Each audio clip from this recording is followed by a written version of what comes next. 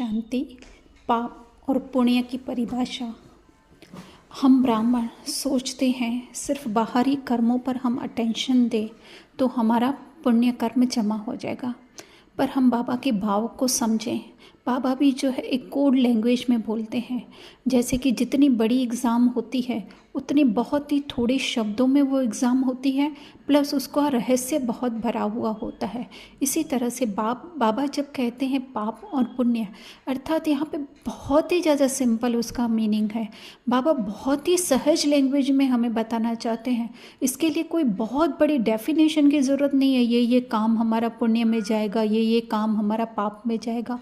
हाँ, जो ब्राह्मणों के हिसाब से हम सोचते हैं वो तो सब सही ही होता है, लेकिन अगर एक लाइन में अगर इसका हम अर्थ बताएं तो जितना भी जो है हम देह के बान में रह कर के कर्म करते हैं वो हमारे पाप कर्म होते हैं, जबकि जितना हम आत्मा की स्थिति में स्थित होकर के जो भी कर्म करते हैं वो जो है हमारे पुण्य कर्म होते हैं।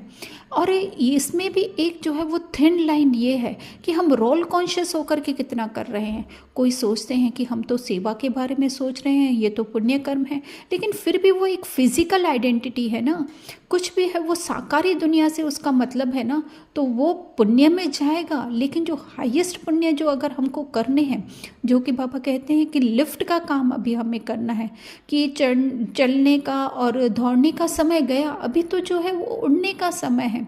तो उड़ने के समय में ये ज्ञान भी अति गुह्य होता जा रहा है।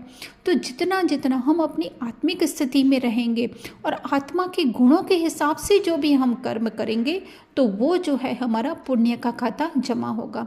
जैसे 18 जनवरी की मुरली में भी बाबा ने कहा ना, बाबा को जितना याद करेंगे सबसे हाईएस्ट पुण्य जो है वो है।